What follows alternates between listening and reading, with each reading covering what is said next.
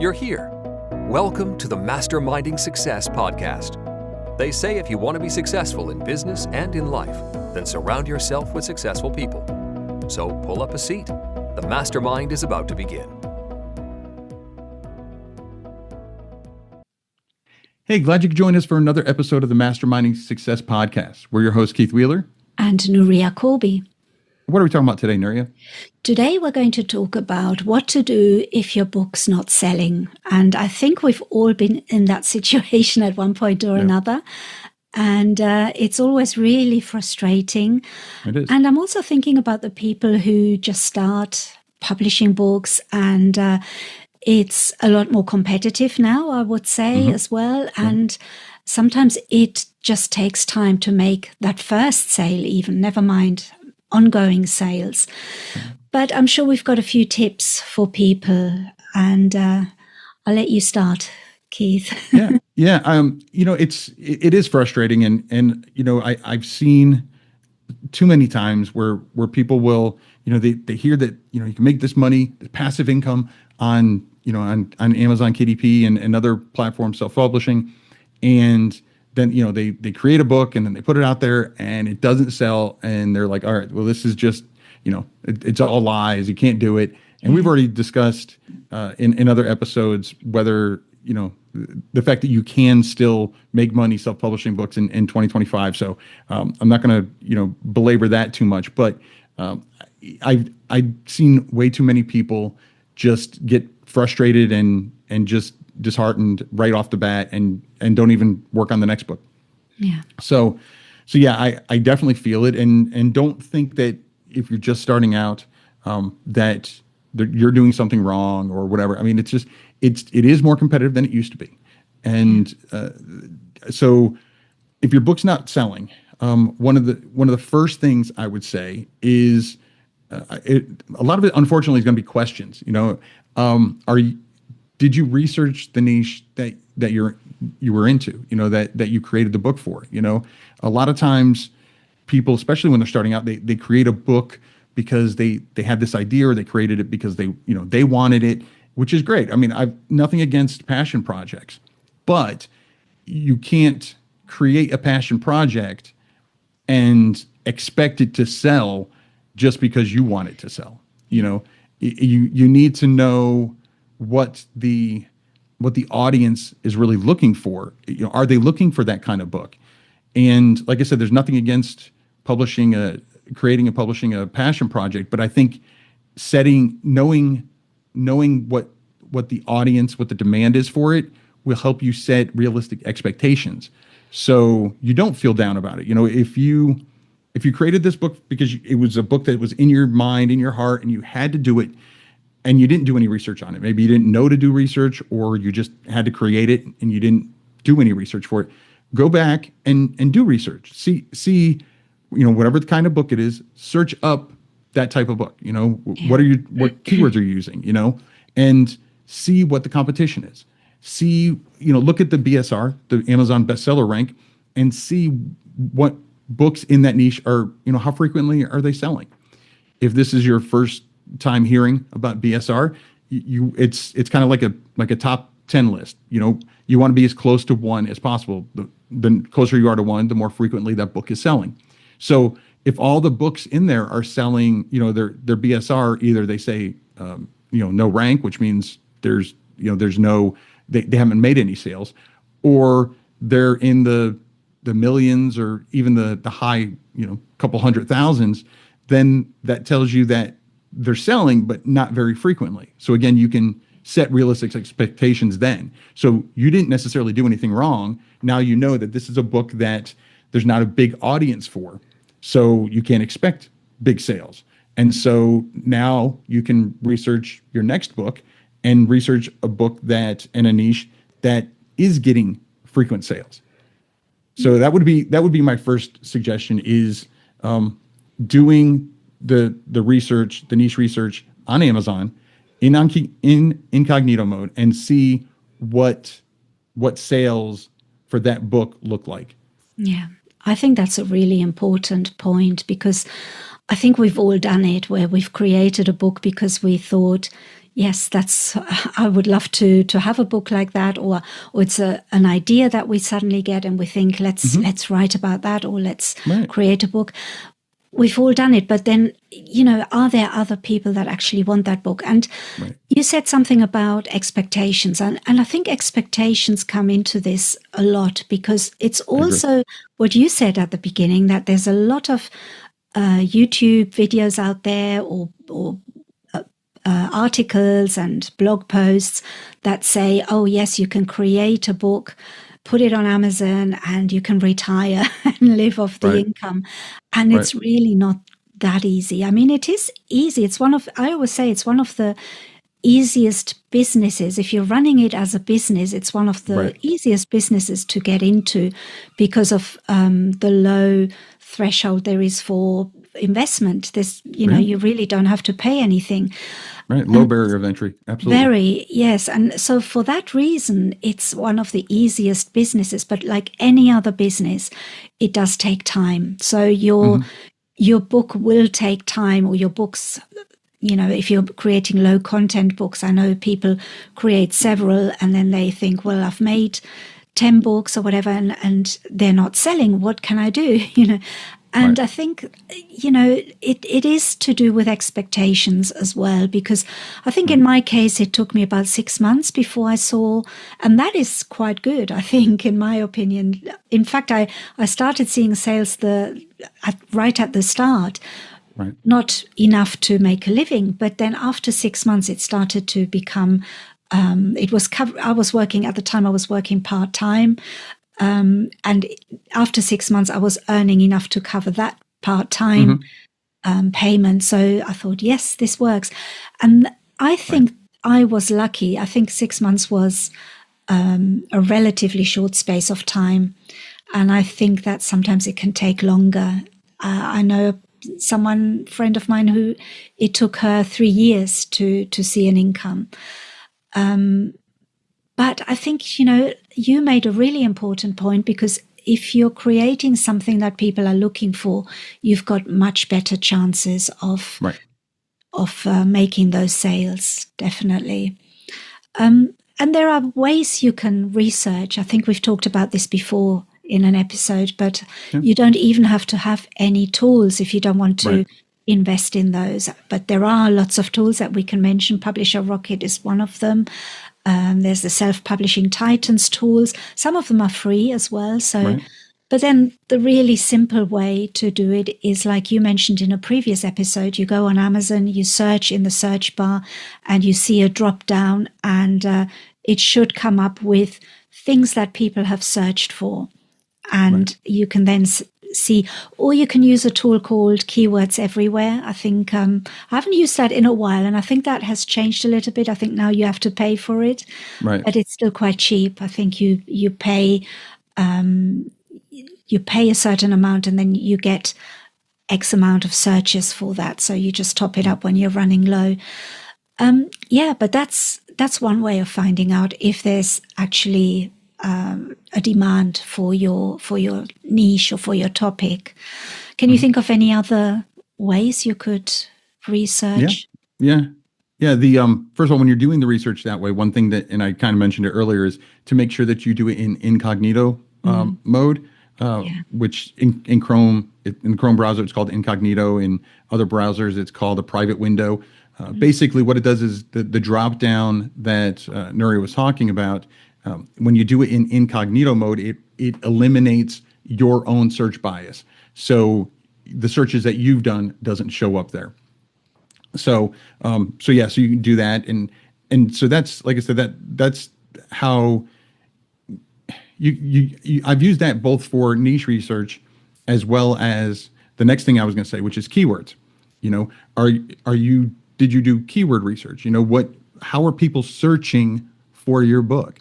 You know your book better than anybody, and hopefully the genre that you've written in. So if you can picture who your book is really for, the person that it's for, some people call that the reader avatar. Then how would that person search to find a book like yours? What phrases would they write? What words would they write down? How would they type it in? Those kind of keywords, that's what should be in your 7 keyword slots. Obviously, if you can work that into your title, even better. Because when it comes to Amazon, as well as most algorithms these days, the number one priority is relevancy. And so the way the algorithm knows what's the most relevant to your book is your title, your subtitle, and what you put in your 7 keyword slots. And one thing that people forget is the categories. We covered this a little bit in last week's episode when we talked about Amazon ads, and kind of some tips and tricks on how to get better success with your Amazon ads. But keyword research is important, and the best thing is the good thing about it is that unfortunately you can't change your title or your subtitle once it's published. But what you put in those 7 keyword slots, you can change that. And so if you didn't know that relevancy it was important, then now you know, and you can go back and search up and see what people are actually searching for. Again, the close, in that drop down, the closer they are to the top, the more frequently it's searched for. Keywords everywhere and applications like that just basically expand on that. They just give you more things that are searched for.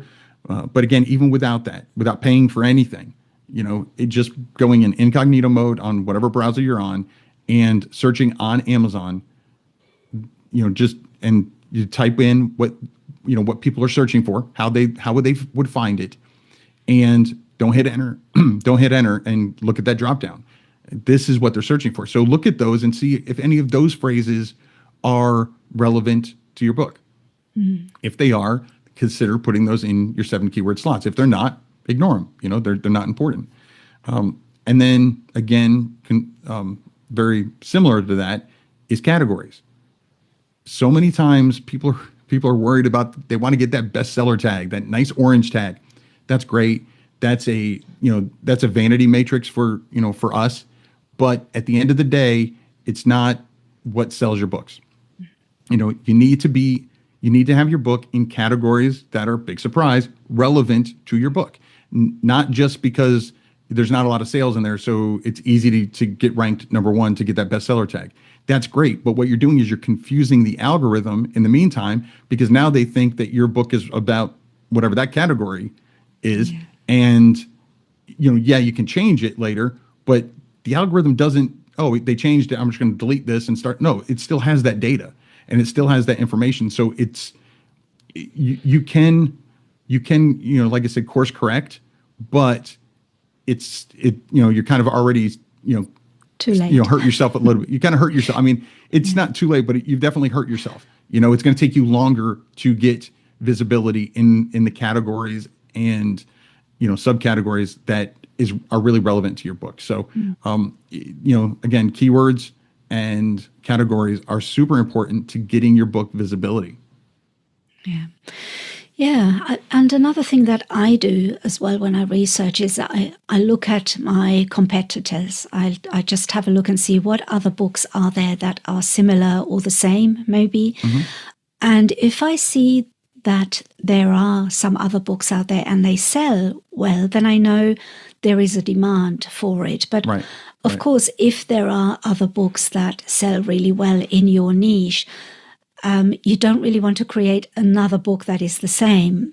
So you do have to go in there and maybe read the reviews that the other people have got and have a look and see what's missing from those other books. Because there might be people that say, I really loved this book, and that's the gold that you can find. Because if someone says, I loved this book, but I wish it had so-and-so, depending on what niche you're in, there could be so many different things that people are looking for.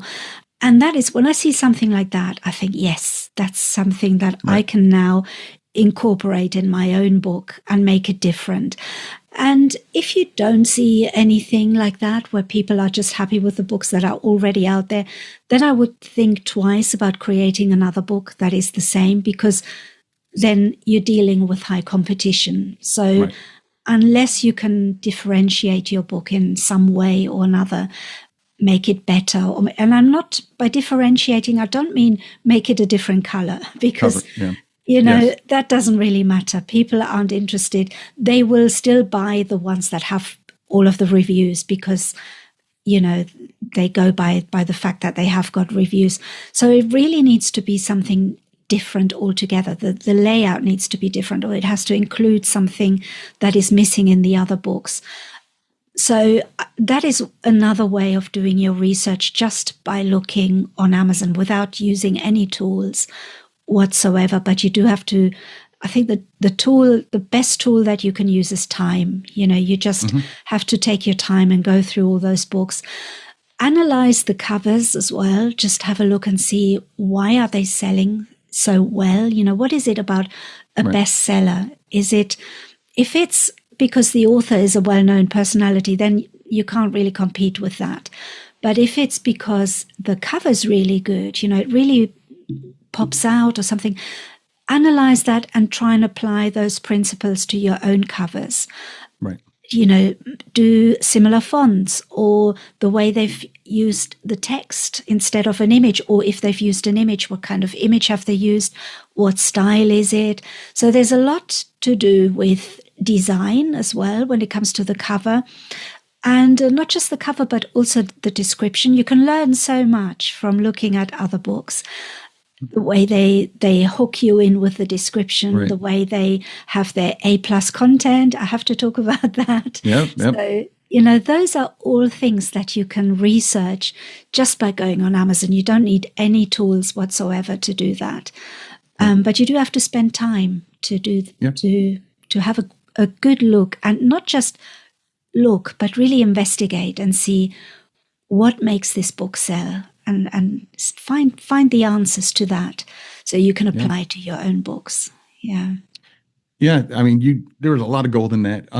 So a couple of things. One is, I cannot stress enough that looking at your competitions, looking at the reviews that they have. Look at the positives. That's great. You know what people love about it. But again, focusing on those negatives, the 1, 2s, and 3s. See, that's where the gold is. That's where you can see how you can differentiate your book from theirs. It might not be, it might be that their book is missing stuff, or it could be that their book has stuff in it that was just fluff, and the people don't want that. Especially if it's a nonfiction book, people's attention spans are shorter than they were in previous years. So they want something that's going to help them out right now without a lot of fluff. So again, you can learn that from those negative reviews, and it can help you not only in creating a better book, but it can also help you in the verbiage that they use. This is their words, and so there might be keyword phrases in there that you can use, again, that people might be searching for that you didn't think of. And so whether it's you put it in your 7 keyword slots, you put it in your book description. But there's so much gold in the negative comments on other people's books. And speaking of negative reviews, no one likes negative reviews on their books. No one wants to hear that their book baby is ugly or whatever. But when you get negative reviews on your own books, that can help you, again, to become a better creator, a better writer, depending on what type of book you're putting out. But yeah, definitely look at your competition's negative reviews and see what you can do to make your book better. Getting to the covers that you talked about, obviously you can't, you can update the interior of a book, but if your book is already out there, one of the easiest things you can do is changing the cover. And so take I do this before I publish a book, regardless of what kind of book. I don't care if it's a puzzle book or if it's a 70,000 word young adult novel that I've published. I always take a thumbnail of that book cover, and I go in the category for that particular book that I'm going to put it in, and I literally just on Amazon, and I just put it up against the books that are there and see, does my book cover stand out in a good way? First of all, does it look like it fits in, or does it look out of place? Because you don't want it to look out of place. You want it to look like it belongs in that genre. But once you also don't want it to blend in either to where it, people don't see it, they just scroll on by it. So, and that's one reason why I, early on, as soon as I could afford to, I hire someone to do my book covers. Yeah. I want someone whose job it is to know what people are looking for and, know what fonts work good together and which ones don't, and so that's definitely something that you can do. And it doesn't have to be super expensive, but that's one of the things that you can do if you've already, the whole topic is your book's not selling, which implies that you've already published it. So one of the easiest things you can do is to, look at the cover. And again, you have to be honest. All of this requires you being honest with yourself. If you want to see success in any kind of business, you need to, I don't want to say be your own worst critic, but you need to be honest with yourself. Mm-hmm. And if you can't be, then find somebody who can be. Typically, that's not friends or family.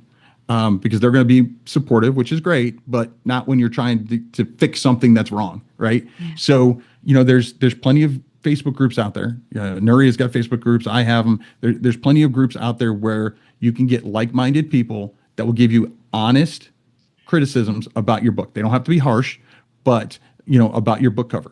Yeah. So, and just say, this is the niche that I'm in. This is my book cover, Do you think it fits in? Do you think it stands out in a good way? However you want to word it.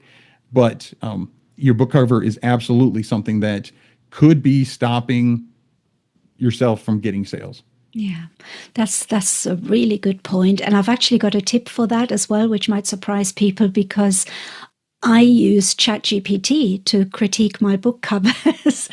All you have to do is you have to upload a thumbnail of your book cover to ChatGPT, give it background information, tell it what your niche is in, why you created the book, as much as you can, and then just ask it to analyze your book cover and to tell you if it's any good. And it's surprising how good the replies are, because it really goes into the cover design. And, it knows about font pairing and right. all these things. And it really is helpful the way it critiques your cover.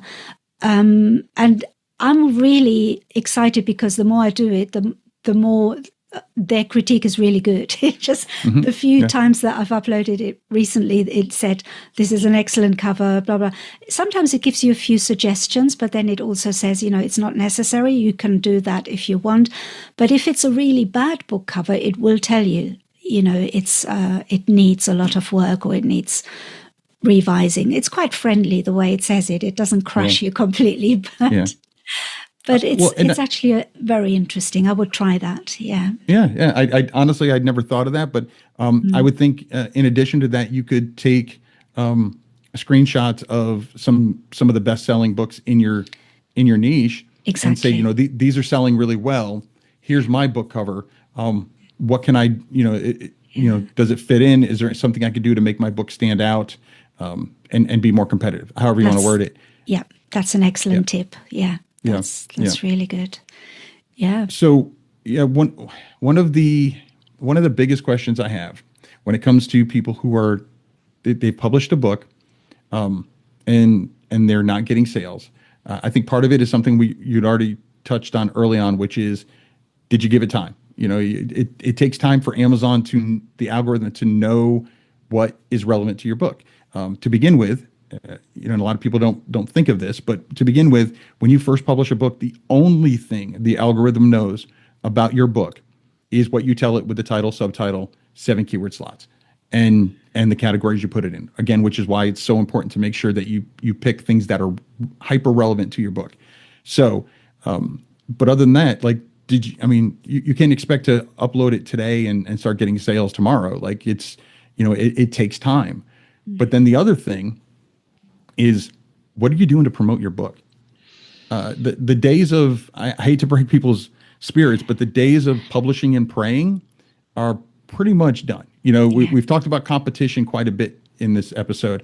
And that's because there's been plenty of, commercials and courses and YouTube videos and everything else that says, how easy it is to publish a book on Amazon KDP, how easy it is, how to get this passive income, which, I don't want to say it's not as easy as, three easy steps. I mean, there are 3 steps to it, but if you want to see success, you need to put actual work into it. And we've talked about, we've had a whole nother episode on that, but you do need to promote it. I'm not saying you have to pay a lot of money for promotions. I'm not saying you have to run ads, but there are things that you need to tell people it's there.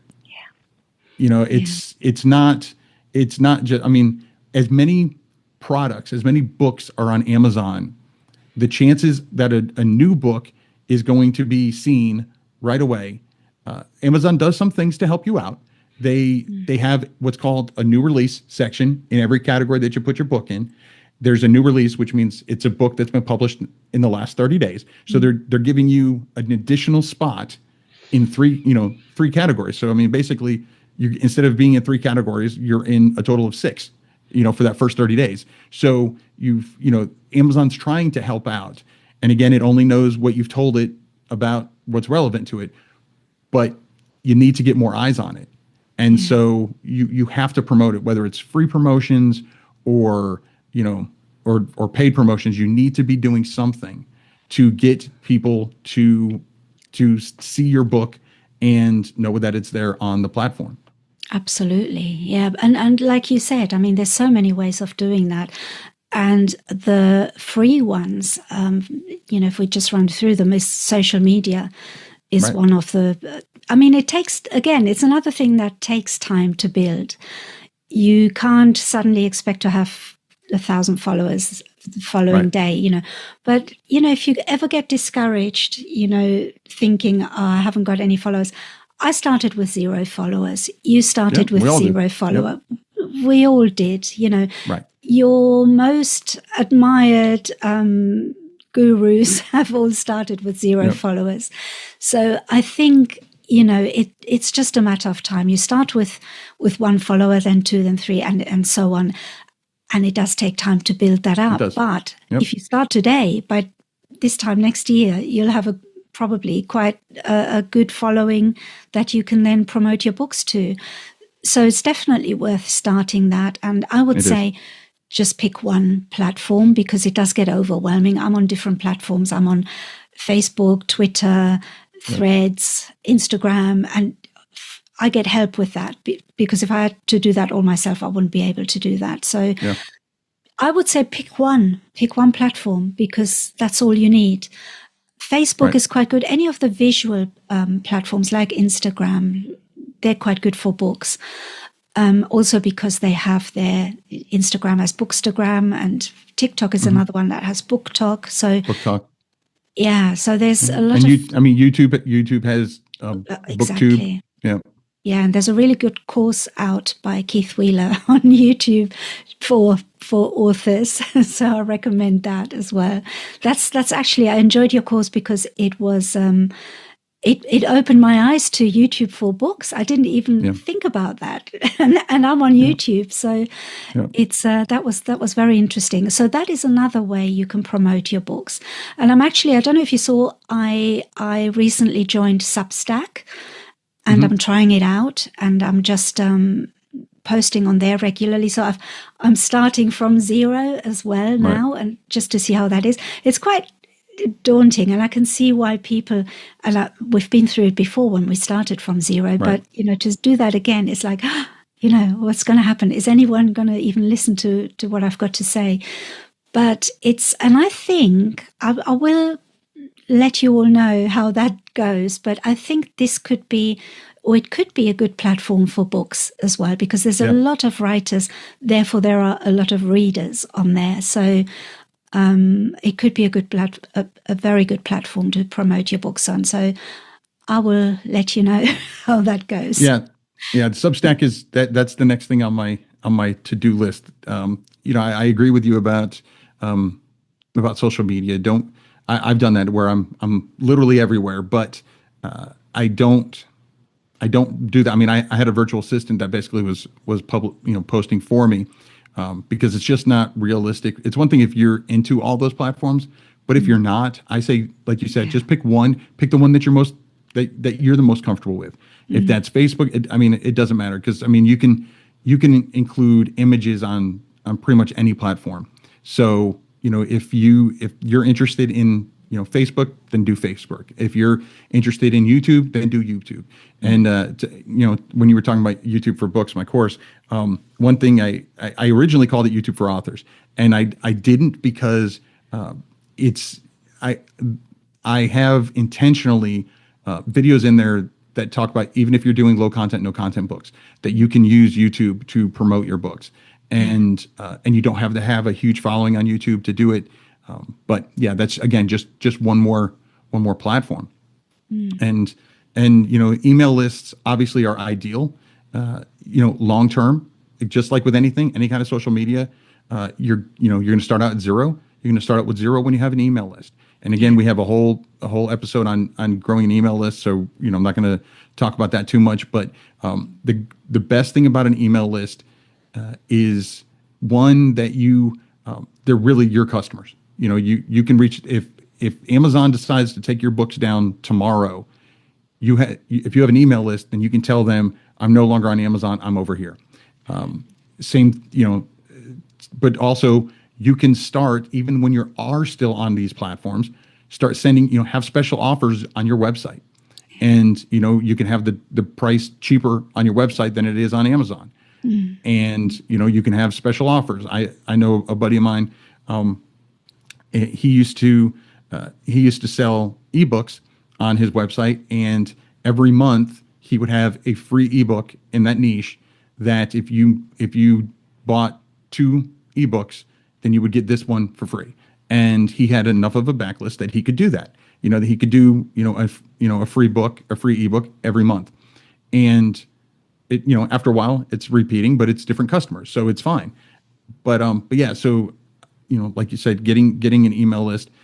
I think one area, especially if you're just starting out when it comes to publishing books, one area where I've seen a lot of people bite themselves, in the foot, if you will, when it comes to getting sales, is having their friends and family support them by buying books.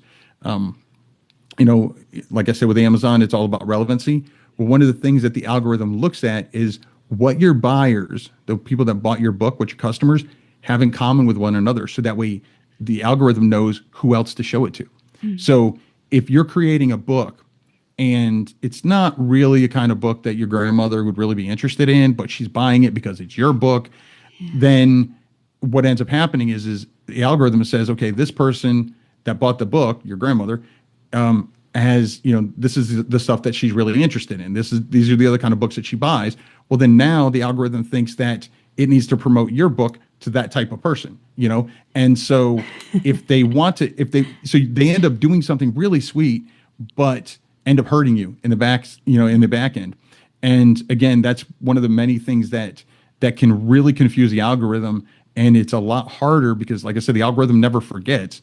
It's always learning. So now you have to work twice, if not 3 times as hard to counteract with what was already done. And so if someone does want a copy of your book, you can just have them, send them either send them the PDF or send them an author copy of it, and not actually buy it on the platform. The best thing that your friends and family can do to support you and to help you is to share the link to your book to people that they know that would be interested in that type of book. So again, it just goes, it's just a way of promotion. It's a free way of promoting. Yes, social media, and that's a good way, because after a while you start publishing a lot of books, your friends and family are going to be, more and more reluctant to keep pestering their friends to help you out. But, again, it's just asking your friends and family if they want to help to, and they know someone interested in this type of book, share the link. And so that's the same as doing social media. You're just reaching out to a different audience. But again, it's all promotion. You need to let people know that your book is there. And I know we talked about Amazon ads last week, so I'm not going to talk about it too much. But before you pay for ads, really before you even promote it too much, one thing that I talked about last week is that sales page. When someone clicks on your book and they see that page on Amazon, that's called your Amazon sales page. you need to look at that and again, be honest with yourself. Is that convincing people to buy your book? Your cover, your price point, your book description.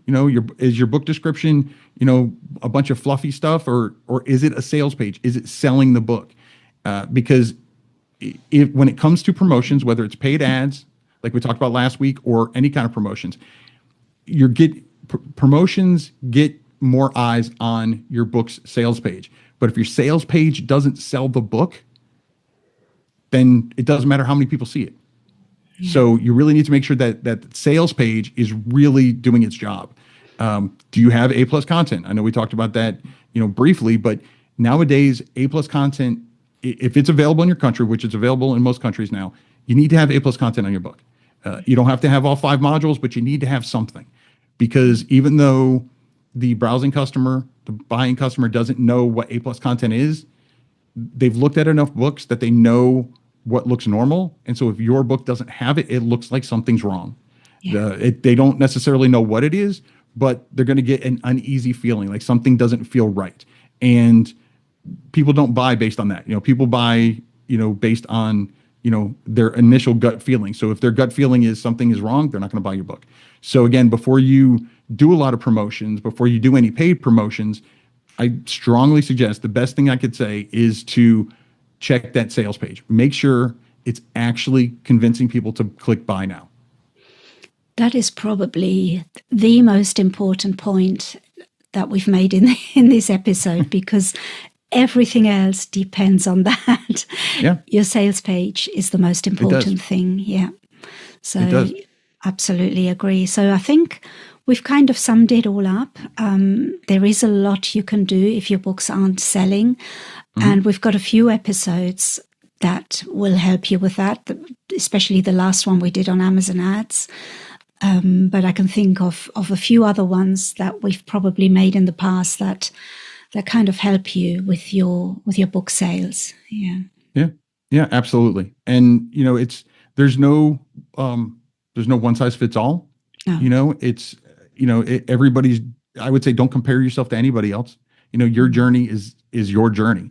So just know, again, I would say the first thing is, if you haven't done the niche research to begin with, look at your book and check and see, is there an audience, a buying audience for that niche? So that way you can set your expectations accordingly. If there's not, then, I wouldn't spend a lot of time and, an effort on promoting it or whatever. I mean, you can promote it a little bit, but I would just say, focus on your next book, because that's another thing is depending on how much money you want to make, and again, it comes down to setting expectations. You're going to need more than one book. So I do know that many people, especially when they're first starting out, if they don't see sales on the first one, they're not, they're more reluctant to do that second one. So again, doing that research to see, is there a buying audience or not? If there isn't, again, fine, great. You can promote it a little bit, but then move on to finding a niche that does have a buying audience, a hungry audience. Now, if you do the research and you see that there is a buying audience, there's people buying books in that niche, then go, look at, I would say, you can look at your book cover, but I would say the first thing I would say is look honestly at your sales page, because it doesn't matter how great your cover is. If someone clicks on your cover and the sales page doesn't do its job, it really, I would say out of everything, that's probably 95% of it is making sure that sales page is doing its job. That way, when you do get people to it, there's a better chance it's going to convert to a sale. Absolutely. And so, whether you're paying for promotions or you're doing free promotions on social media or whatever, again, if you're getting people to the page and then the page doesn't convince them to buy it, not only are you not going to get sales, but then the next time you promote something to those people, they're going to be like, well, the last one wasn't anything I was interested in, so this one probably isn't either. So they get more and more reluctant. And so I can't stress enough how important that sales page is. Yeah, definitely. Yeah, I think it's one thing to write a book or to create a book, but it's another one to sell it. It's just that's how it is. Yep. But I hope that we've given everyone some ideas as to what they can do if their books don't sell. And it's the kind of things that we do as well ourselves. Right.